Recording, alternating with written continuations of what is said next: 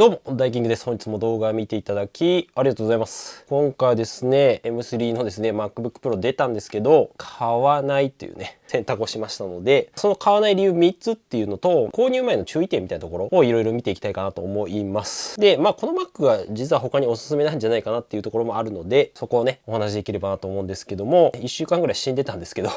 ようやくちょっと喋れるようになったので、見ていきたいかなと思います。そもそもどういうことなのかっていうところをサクッとね、見たいと思いますので、PC の方で。そもそも M3 何が違うのかみたいなところ。はい。で、MacBook Pro が今回出ました。はい、24万8800円からで、もう多分発売されましたかね。今回 M3、M3 Pro、M3 Max が出たんですけど、今回話は M3 の話ですね。で、このバッテリーとかも基本 M3 のことで、ディスプレイとかもね、今回特に変わってないです。このブラックがね、スペースブラックが新色で出ましたっていうところになります。今回なんで、M3 かなM3 の、主には話になります。M3 Pro、デザインがね、こう見えるんですけども、今回はね、この M3 チップ搭載のモデル、今回初めてかな、出たと思うんですけども、MacBook Pro 13インチがタッチバーついてたやつが消えて、これになったんですけど、で、あと M3 Pro、M3 Max っていう、今3種類になりました。なんでね、新しいステージへっていうね、それだけ分かればいいかな。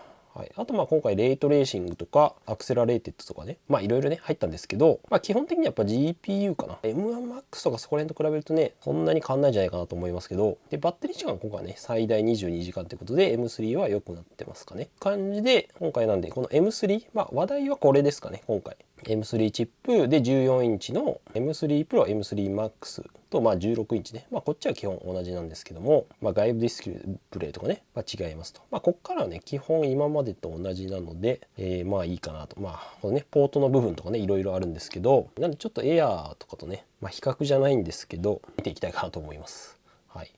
はい。なんで今回 M3 の MacBook Pro は、MacBook Pro 13インチの後継にあたるというものをまず前提に置いて、なんでじゃあ買わないのかっていうね、理由3つほどね、ざっくり3つなんですけど、これもう当たり前なんですけど、今僕M2MacBook Air っていうのをね、使ってるので、これがね、良すぎるっていうところですね。結構満足しちゃってるっていうところはあって、例えばどういうところがいいかっていうと、レビューとかでも話してるんですけど、軽さとやっぱ性能面のバランスですね。MacBook Air に関してはやっぱりね、軽いっていうのが一番、軽くて薄いっていうのが、コンパクトがね、やっぱり一番推しのポイントだと思うんですけども、その上で M2 チップ、はい。今回は出なかったですけど、今後多分 M3 ね、出ると思いますけど、これで動画編集とかもしっかり、できる性能が入ってるというところで、軽さとこの性能のバランスっていうのはめちゃめちゃいいんですよね。もちろん14インチの方が性能はいいですけど、やっぱり重くなっちゃうんで結構ね。ところと、バッテリー面、ですね。バッテリー持ちに関しては Windows PC とかと比べてもかなりね、いい部類に入ると思うので、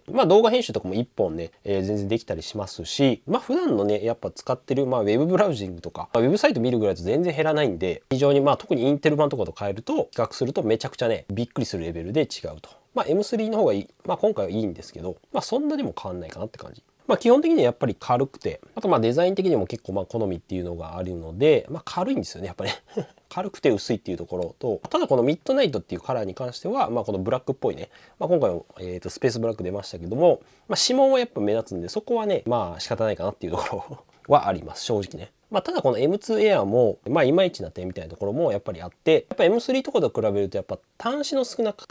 なさですね、あります。USB-C とかも、左側と、マグセーフしかないので、HDMI ポートとか、SD カードスロットね、ぐらいはちょっと欲しいかなと思うんですけど、SD カードスロットぐらいは。細い分本当に、かなりシンプルに収まってるっていうところではあります。USB-C のハブとかが必要になります。あとスピーカーに関してはやっぱり結構差があるなって思います。M2 Air も別に悪くはないんですけど、やっぱプロモデルと、14インチとかと比べた場合に結構やっぱ違うなっていうのは正直感じます。詳しく話しますけど、やっぱ外部ディスプレイですね。外のディスプレイをこういったのに出力するのに1台しか出せないんですよね。厳密に言えばね、ディスプレイポート対応のアプリとか入れれば、ハブとかね、入れれば、できなくはないんですけども、一応正式な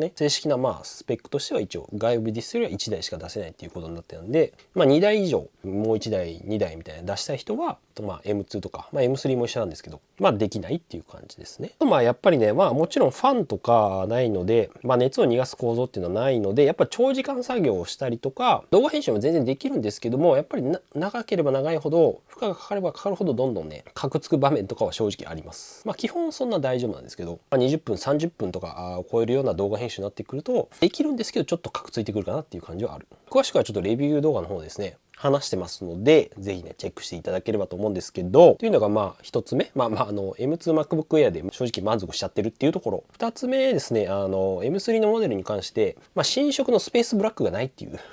ところですね。これでちょっと買う気失せちゃったっていうのはあります。今回新色であるですね、スペースブラック。ブラックのモデルは M3 Pro ですね。M3 Pro 以上のモデルじゃないと選べないっていう仕様になってます。なんで M3 だと今まで通りスペースグレーと、シルバーですかね。で M3 Pro だとスペースブラックとシルバーっていうね感じにはなるので、選びたかったなっていう。これスペースブラックあったらワンチャン、買ってたかもしれないですね。はい。そこはちょっとね差別化されてるっていうところで M3 Pro でもいいかなと一瞬思ったんですけど、最低でもですね32万8800円。今円安の影響がどうしてもあるので、値段がかなりどうしてもね高えなっていう30万から40万近くいってしまうので、一応 M3 Pro 買うとしたらコア数とかは特にね上げずあんま変わんないと思うんで、メモリも多分ね18でいいかなって思うんですけど、38円上げると結構5万6000円っていう感じで高いんですよね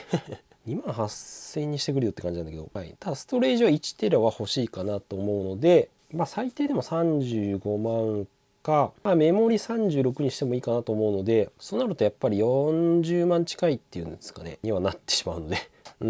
ていう感じではあります、M3 Pro でもいいかなと思ったんですけど、 M3MacBook Pro ですね買わない理由3つ目としては、デザイン面のとこですね。この中も大きく分けて3つあるんですけど、まずね1個目、このデザインが変わってないんですよね。基本的なデザインを2021年のですね、10月に今のこのプロのモデルのデザイン出たんですけど、ここから全然別に変わってないんですよね。新色が出たけど変わったところで言うと厳密に言えばですね、画面が明るくなったんですよ。500ニットからね600ニットっていう、通常の明るさがちょっと明るくなったんで、見やすくはなってると思うんですけども、それぐらいなんですよね正直言うと。っていうところのっていう一回ねこの M1Max と MacBook Pro を買ってるんでまた買うのかみたいな感じになっちゃうんですね。爪としてはこの内蔵ファンっていうのがですね、この M3 のモデルの1個しかないですよね。このプロモデルの方には14インチ16インチですね、パソコンの中が熱くならないようにいわゆる扇風機みたいなやつ入ってるんですけど、今までのプロのモデルっていうのはファンが2つ入ってですね、右と左で1個ずつあったんですけど、なんで M3 Pro とか M3Max は今までと一緒なんですが、 M3 のモデルはファンがね1個しか入ってないんですよ。なんで1個取ったと思ったんですけど一応プロ13インチの、後継モデルとこで合わせたのかなっていうところあるんですけど、そこは合わせなくてよかったよねって思ったんですけど、ファンの仕様自体もちょっとちっちゃいものになってるみたいです。で同じのが入ってるわけじゃないみたい。気になる方はね結構テアドロンっていう解体してる動画が結構あったりするので、それねチェックしてもらえばと思うんですけども、もちろん普通に使う分にはね全然問題ないと思うんですけども、ただ見た目的にはね同じなので、それでちょっと中身変えるのやめてほしいよねって思いましたデザイン面の3つ目のところだと USB-C 端子ですね。これ右側にないっていうねところですね。これちょっと話題になってましたが、MacBook のね、普通のモデルは、左側にこのサンダーボルトっていうね、4っていうのが2つと、で右側にもですね HDMI と、サンダーボルトって、いわゆる USB-C なんですけどがついてるんです。なんで右側からもこう USB-C で充電できるっていうのがあるんですけど、で M3 のモデルは、まずそのサンダーボルト3になってるんですよね。4じゃなくて3。そんなに変わんないと思いますけど、ちょっとバージョンが下げられてるっていうのと、でなぜか右側にはないっていうなんでサンダーボルトマグセーフとかね、イヤホンジャックとか一緒なんですけど HDMI とSD カードスロットあって、その間には何もないんですよね。なんでと思ってなんかチップの制限上取ったみたいなね話があったんですけど、本当かよと思いながらとかね、こういった微妙に細かいとことか、ちょっと右側から充電できないな、地味に不便なんですよね。やっぱ電源が右側にね、コンセントが右側にあったりとかするじゃないですか。あと注意ポイントとしてはやっぱ外部ディスプレイはこの M3 のモデルですね1台しか出せないんですよね。ちょっとさっき見たと思うんですけども、外部ディスプレイ1台で M3 Pro から2台とまたは4台までいけるのかな。このディスプレイのサポートっていうね仕様に全部入ってるんで、気になる方は見てもらいたいんですけども、一応1台の外部ディスプレイで最大 6K 解像度で 60Hz になっております。微妙になんで仕様は下がってるのかな。4K444 までいけるのかな M3 Proは。HDMI だと、140とかもいけるのすげえな。で HDMI 出力だと、120Hz までいけるんですけど、これも1台のみ。HDMI ポートと USB ポートあるのに、1台しか出せないっていうね、仕様にはなっております。これも注意かなと思いますんで、これの理由でちょっとね、購入を見送ったっていう感じはあります。はい。ということで皆さんいかがでしょう？この M3 の仕様というか、興味ありますか？買いたいですか？買いましたか？ぜひね、どういうポイントで買ったとか買わなかったとか、ぜひコメントいただければと思います。で、僕も以前ですね、この M1MAX の14インチ、買ったんですが、なんだかんだで重くて、1.5 キロぐらいあるのかな？やめちゃったんですよね、重くて。割と外で、カフェで作業したりとかもするので、持ち運ぶタイプだったんですよね。持ち運びが多かったので、結局 M2 この MacBook Air にしちゃったわけなんですけど、なんで逆に言えばこの M3 の MacBook Air が出たらもう即買いしようかなと思ってます。今回もね、どうしようかなと、仕様を見て決めようかなとは思ったんですけども、円安もあってね、高いなっていう感じはしました、正直。M3 ね、この MacBook Air についてはどうなるかについては動画でまとめてますので、ぜひねこちらも気になる方チェックしてもらえればと思います。また新しい情報出てきたら動画にはしようと思います。はい、逆に、じゃあ M3 MacBook Pro どういった方がおすすめなのかと言いますと、結局ねプロ13インチと同じなんですけど、副業クリエイター向けのパソコンなのかなと思います。はい、Apple 自体もね結構キーノートで、学生とか起業家とか、趣味の、クリエイターみたいな、それ言ってたら忘れたけど、これからやりたいみたいな方とか興味があるっていう方に対して、M3 いうふうなことは言ってたので、なんでこのやっぱ MacBook Pro の、筐体というかね、はい、これはこれでまたかっこいいんで、ちょっと重いですけど好きだったり、やっぱ端子が欲しい HDMI ケーブル HDMI とか、SD カードスロットとかあたりですね欲しいんだけど、性能は別に M3 Pro とか M3 Pro Max とか、そんな性能はいらないという方向けなのかなと思いました。でやっぱ M3 のメリットとしては M3 Pro とか Pro Max の方がもちろん性能はいいんですけど、重量もちょっと軽かったりもしますし、あとはバッテリー持ちに関しては M3 が一番いいんですよね。最大15時間とかになりますので、3時間から4時間ぐらい M3 Pro と比べても差があるので、ここは非常にやっぱり学生の方とかですね、バッテリー持ちいいに越したことないので、非常にやっぱりいいんじゃないかなと思いますね。特にやっぱりインテル版使ってる方はね、非常に買い替え必須というか、性能とバッテリー持ちがもう全くこの、M シリーズのチップになって全く違いますので、これは買い替えてもいいかなと思います。ただですね、ただなんだけど、M3 でもいいと思うんですが、ただやっぱ M1 とかね、別に M2 のこの MacBook Air とかでも、僕は全然いいんじゃないかなと思いますね。特にやっぱ持ち運びが多い方に関しては、僕はもう M2 Air とか M1 の方が軽いんでおすすめです。自宅で作業が多いんだったら別にM3 のね MacBook Pro とか14インチでいいと思うんですけども、とにかく軽い方がいいっていう方は M2 Air M1 あたりがおすすめだと思います。性能的にもね十分なんで、14インチやっぱ 1.5 キロあるんで、分かりやすく言うと 1.5 リットルのペットボトルをずっと持ち歩ってるみたいな感じなんですよね。重い変態でしょ完全にね。 1.5 リットルのペットボトルをずっと持ってるやつ、はい、っていうイメージとしてはちょっとおすすめのやつとかあったんで、サクッと見て、なんか安いのとかあったんで見ましょう。で例えばこの M2 とかだと、これAmazon で見つけたんですけど、整備済み品とかだと13万とかであるんですよね。整備済み品は一応Amazon がなんだっけな、非常に良い状態。バッテリーは一応 80% 超える容量なんで、これはなんかねガチャっぽいですけどね、当たり外れはあるみたいなんですけど、30センチ離れたところ見ても外観上の損傷はないっていうところで、比較的綺麗なものではあると思うんで、スペースグレー、シルバー、スターライト、ミッドナイトっていう感じで13万は安いよね普通に安いと思う。定価だと16万円ぐらいですかね。M1 が多分今12万ぐらい13万ぐらいだと思うんですけども、多分中古だと10万とか11万ぐらいであると思うんで、この辺がやっぱ一番ねコスパいいですよやっぱり。一旦これ動画でも話しましたけど、一旦 Mac 何買ったらいいですかみたいなったら、僕はこれおすすめしますね。やっぱね M1 ね一旦もう十分だからこれで。とはいえ、M2 でもうちょっとこの、クリエイティブなことをしたいってなると、カスタマイズもできますんで、この場合だとやっぱ Apple Store で、僕はこれ一応ね GPU 10にしてるんですけど、正直あんま意味ないですこれ。なんで多分やんない方がいいです1万6000円の価値は多分ない一応メモリは MAX にしてるんですけど、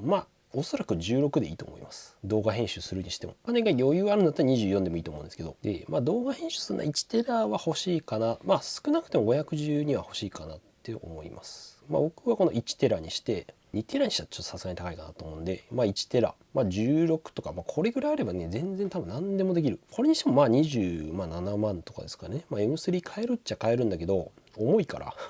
でいいのかなと思います。で、一応お得に買う方法があって、カスタマイズでもこの楽天リーベイツってやつで、この楽天リーベイツを通して買うと、ポイントがつくんですよね。楽天ポイントですけど、アップルだと 1% で、なんか高いのなんかあったんだよな。トリップドットコムだとなんか 20% とか、アディダスとか 5% とか、大体、かなり有名ショップ、サーフシャーク 20% すごいな。か、なんか三越屋とかね。よく使うのはユニクロとかかな。ファーウェイとかもあるし、これ普通に便利なんですけど、これで登録してもらってですね、で最初確かね500ポイントとかもらえると思うんで、さすがにこの新商品はね対象外にはなっちゃうんですけど、 M3 とかは iPhone15 とかは別に M2 とかだと全然対象に入るので、このままですねストアに進んで、対象外じゃないかだけちょっと確認していただいて、でストアに進んで、あとはですね普通に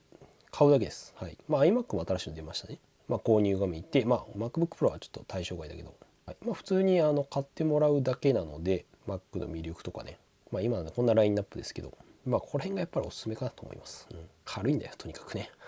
1.24、300g 違うだけで全然ね、やっぱり違いますね。これ結構お得なので、楽天リーベイツ、概要欄貼っておきますね。紹介で500ポイントもらえるんで、はい、貼っておきます。はい。多分僕の場合600ポイントかな。はい。結構紹介してるのはこのクリーンマイマック X ってやつがめちゃめちゃおすすめでございます。これちゃんとレビューもね、してるんですけど、ガチで使ってますね、これね。ガチで使ってるんで、スマートスキャンっていうのがね、便利で、もうスキャンして、ファイル検索したりとか、あとセキュリティ面のところ、基本 Mac はね、高いんですけども、セキュリティ面は。一応こう見てくれたりとか、無駄なものとかね、アプリとか、シャットダウンみたいな。で、あとはこれ実行するだけでゴミ箱からにしてくれたりとかですね、メンテナンスしてくれるみたいな感じですかね、ざっくり言うと。これ一応 Apple もね、認証してるアプリでございまして、めちゃめちゃ簡単なのと、あとこのインストーラー、アプリを簡単にこう消せたりとかですね、なんかいらないやつだろうかな。簡単にね、結構消せたりとか、しかもちゃんとこうアップルとかでね、分かれるんですよ。すごいよね。とか、チーム数消そうかな、じゃあ。アップデータとかですね、バージョンとか。さすがすごいよねって感じ。レンズとか。最近結構ね、容量を整理したんで、だいぶマシになりましたけど、700ギガぐらいあったんですけど。何にこう使ってるのかっていうの非常にこう視覚的に見えたりとかしますので、僕多分このファイナルカットのね編集のとこがめちゃくちゃ撮ってますけどとかなどなど、もうめちゃめちゃね、はい、アシスタントでこうじゃあアプリこれ使ってないんで消した方がいいですよとか、こういったちょっとAI 的なあれもね入ってますね。普通にね上からこうメニューバーで見えて、アプリを開放、メモリ開放とかもできるんで、めちゃくちゃおすすめでございます。これ僕は大体スピードテストをよくやりますね、これね。ダウンロードアップロードとか、CPU どれぐらい使ってますよとかも出るので、はい、気になる方はチェックしてみてください。この購入っていうところでね、でブラックフライデーちょっと安くなるかもしれないけど、この永久ライセンスで正直いいかなと思いますね。初期費用を減らしたいのはこの年間のサブスクで、5000円からやるので、使ってみてちょっと微妙だったらもちろんやめてもいいですし、多分大丈夫と思うけど一応無料ダウンロードとかもできるので、使ってみてからでもいいと思います。はい、なんでよかったらチェックしてみてください。普段はですね、Apple製品のレビューとかやってますので、ぜひチェックしていただければと。はい、あとコミュニティ欄でね、いろいろ新製品とかのレビュー、お得製品とかのこういったね、7万ポイント還元してますよとか、はい、なんか暇つぶしでこれ見つけてくるんで、はい、チェックしてみてください。USB-C ね、これちょっと多分今終わっちゃったかもしれないけど、3万5,000円とかなってたんで、これよかったですけどね。はい、感じで、この動画良かったらぜひ高評価とチャンネル登録お願いいたします。ということでまた次回の動画でお会いしましょう。良い一日をお過ごしください。じゃあまたねー。いやちょっとまだ喉がやられてますけどね。いや M3、いやどうしようかな。いらねえよな、でもね、高えよな。M3 エア出てくれ。